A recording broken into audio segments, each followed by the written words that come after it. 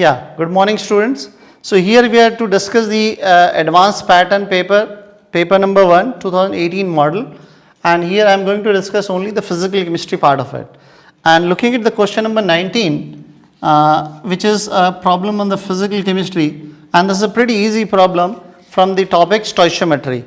And the question reads as for the reaction, A is reacting with 2 moles of B to produce 2 moles of C. And we are given 5 moles of A and 8 moles of B are reacted, and then there are 4 options given. We have to choose the right option of this. So in this particular question, we have to first figure out what is the limiting reagent, and once we determine what is the limiting reagent, then we find out how many moles of the product C could be formed in this reaction. So if we go by this reaction, which is A plus 2B is giving 2C. So this is a plain and a simple reaction, and we are given 5 moles of this and 8 moles of this. To determine the limiting coefficient or the limiting reagent, we have to divide this by the stoichiometric coefficient of the species. So for species A, the coefficient is 1, for species B, the coefficient is 2. So when we look at this value, this is 5 and this is 4. So suggesting that whichever is the smaller of the two will be representing the limiting reagent. So therefore, the limiting reagent is B. So B is the limiting agent, that implies the formation of C will be controlled by the amount of the reactant B. That is, B is the limiting agent, this will decide the amount of the product formed C. And if we look at this reaction, there are 2 moles of B used, which are resulting in the formation of 2 moles of C. Therefore, if 8 moles of B were used here, out of 8 moles, all 8 moles will be consumed, and 8 moles consumed hone ke baad will result in the formation of 8 moles of C. So we look at the options. Option says that whole of A is consumed, which cannot be the choice because A is not the limiting reagent. Option B says whole of B is consumed, so this is the right choice because B is the limiting reagent in this case. And 8 moles of C is formed, this is also the right choice. So B and C are correct choices. If you look at the option D also, which says 8 equivalents of C is formed, this 8 equivalents of C is formed cannot be determined because in this case we can find out the n factor ratio. N factor ratio of A is to B is 2 is to 1. Now we can say the ratio of A and B's n factor is 2 is to 1, but the n factor cannot be determined as कि A, B का n factor 1 है और इसका n factor 2 है. Since this n factor cannot be determined, therefore we cannot say that कि if the n factor of B would have been 1, then we could have said that the equivalence of C formed would be 8. But that would have been only known if we knew that this n factor of B is 1, which in this case cannot be determined. Therefore, this option D cannot be determined or cannot be surely said that the equivalence of C formed are 8. So therefore, this is not the right choice. So only the correct choices are B and C. So the next question we take up is question number 20, which reads how many degenerate orbitals are present in a subshell if electron associated with that subshell possesses orbital angular momentum equal to 2 into root 3 of h cross.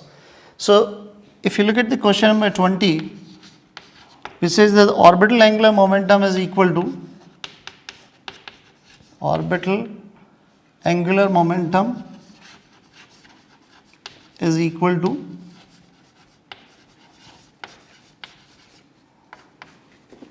two into root 3 into h cross. And we also know that this is the relation given as root of L into L plus 1 into h cross is equal to this. So that implies that we can write this as equal to root 3 into 4. This will be equal to root of L into L plus 1. And root of 3 into 4 means 12. So 12 should be equal to L into L plus 1, which is L square plus L. So therefore L square plus L minus 12 should be equal to 0. And if we factorize it, it will be L plus 4 and L minus 3. And this has to be equal to 0. So from here we can get the L value as equal to either 3 or L value equal to minus 4. But minus 4 is a value which can be ruled out because there is no possibility of a negative azimuthal quantum number, and the only possible azimuthal quantum number in this case is 3. So if L is equal to 3, we know that the L value can be 0, 1, 2, 3, and therefore different subshell as equal to,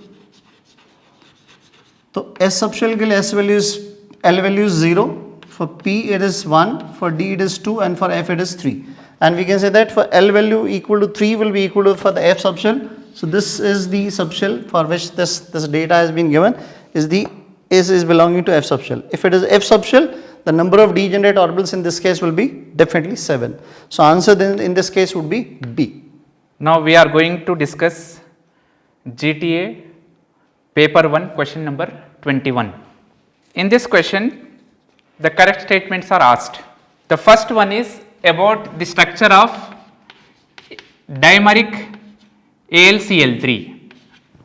Dimeric AlCl3 means Al2Cl6. So the structure of Al2Cl6 is, it is dimer of AlCl3. So this is AlCl3 dimer. So here aluminum is sp3 hybridized, this is also sp3 hybridized. In the vacant sp3 orbital, chlorine donates lone pair of electron to form a dimer. So that becomes AlClCl, ClCl, AlClCl.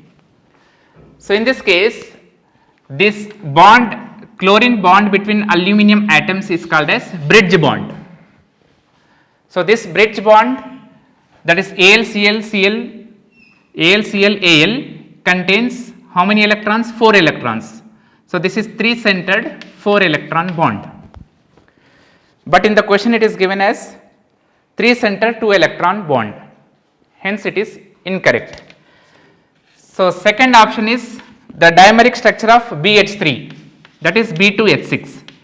So as we know, the diboron boron is sp3 hybridized.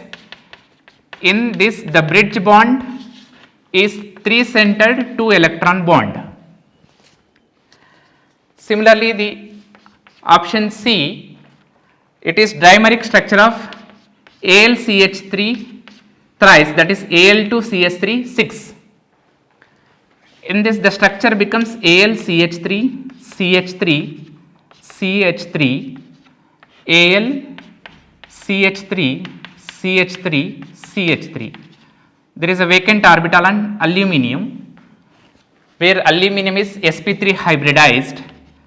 The carbon 1 electron sp3 hybridized orbital will overlap with this vacant orbital also, forming a, how many electrons are there? 1 electron is forming, 1 electron of carbon and 1 electron of aluminum, that is 2 electrons between the 3 atoms.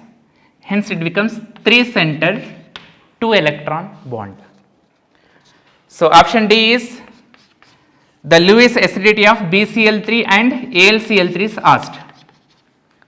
Which is more acidic?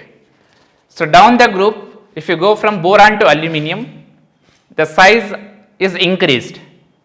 So aluminum plus 3 is larger than boron plus 3. Hence the positive charge created on aluminum is less than the boron.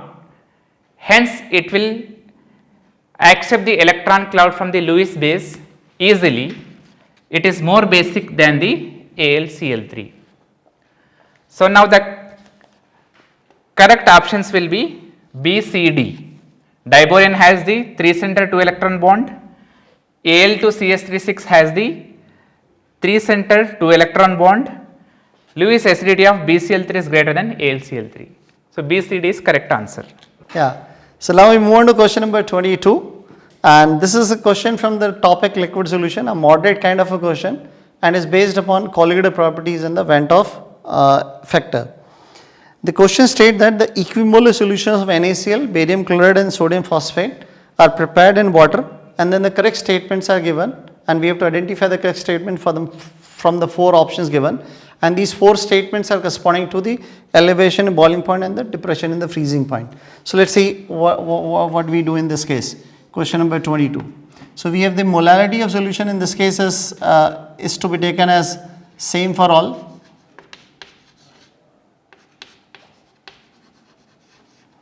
And we have the solutions of NaCl, barium chloride and sodium phosphate.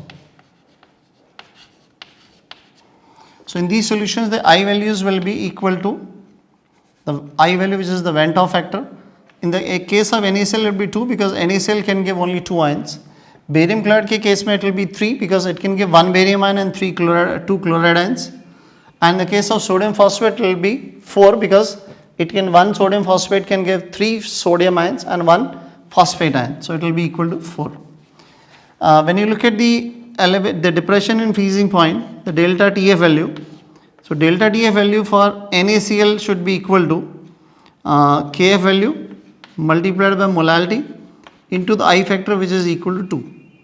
And if we do it the same way, it is Kf into molality into I factor which will be 3, and this is Kf into molality into I factor which is 4.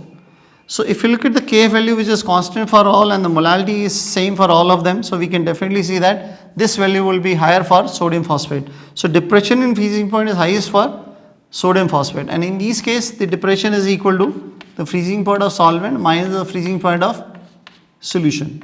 So solution's freezing point will therefore be smaller as compared to the freezing point of the solution. And here we can see that since the this value has to be equal to TF naught minus of TF of NaCl. This is equal to TF naught into minus of TF of barium chloride, and this is equal to TF naught minus TF of sodium phosphate.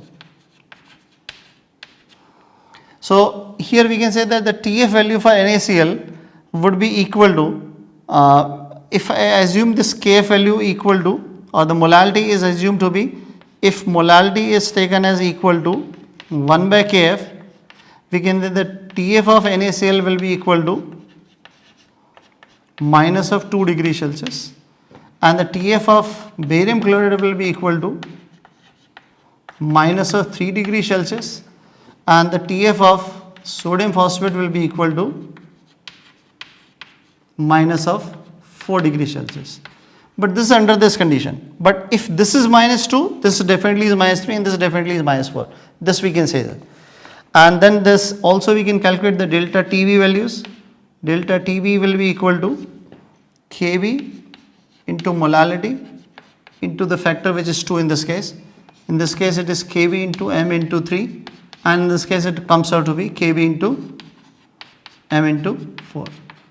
So if you look at these options here, the freezing point of NaCl is minus 2 degrees Celsius if the freezing point of barium chloride is minus 3 degrees Celsius. So that means if this is minus 3, this will be minus 2. This is the correct option. So option A is correct.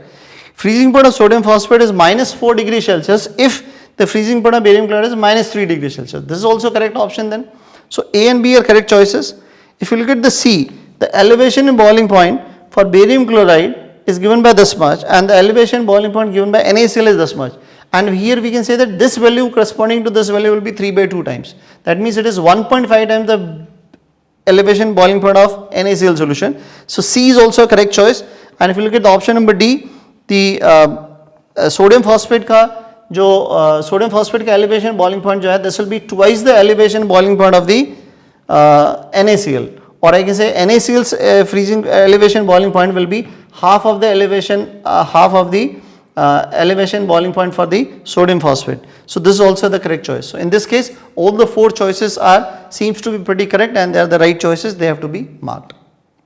Now let us discuss GTA chemistry part, paper 1, question number 23. In this question, what is asked? It is asked to identify the sulfides which are yellow in color. So what are the sulfides given? CDS.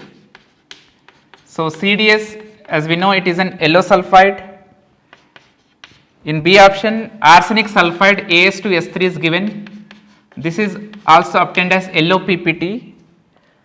Third option, SnS2. This is also obtained as the yellow PPT. D option. What is D option? ZNS. ZNS in the qualitative analysis, zinc plus is precipitate as the ZNS in the 4th group. It is obtained as a dirty white precipitate. Hence, the yellow precipitates are A, B, C. Hello students, I'm organic chemistry teacher in Narayana Group. Today we are going to discuss GTA 7. Let's start with question number 24. In this question, what they are asking aniline reaction with cyclohexane carbaldehyde, and the given pH value is 5. They are asking the product. In this reaction, we are using mild acidic medium. Why we are using mild acidic medium? We are using mild acidic medium to protonate the carbonyl. We are using mild acidic medium to protonate the carbonyl so that electrophilicity will increase. We can't use that strong acidic medium, because if we use a strong acidic medium, our aniline will get protonate and its nucleophilicity will vanish. So here we are using mild acidic medium. In this mild acidic medium, after protonation, aniline attack as a nucleophile and we are getting this NH2 positive CHOH cyclohexyl. After this OH get protonate and release as a water molecule, and we are getting a carbocation. We are getting a carbocation which is stabilized by back bonding, and we have one resonance form of this cation like NH positive double bond CH and this one. Later it deprotonate and we get the final compound, this N double bond CH and cyclohexyl. This compound is amine. This compound is amine. N-aryl amine is also called as Schiff base. N-aryl amine is also called as a Schiff base. In this question we have given 4 options. A option is a Schiff reagent. A option is Schiff reagent. B option is this Schiff base. C option is amine, and the D option is enamine. So anyway, this B is correct and C is correct. Schiff base and Schiff reagent both are the different things. So A cannot be the answer, B is the right answer, C is the right answer, and enamine is anyway different thing. So final answer is B and C, Schiff base and amine.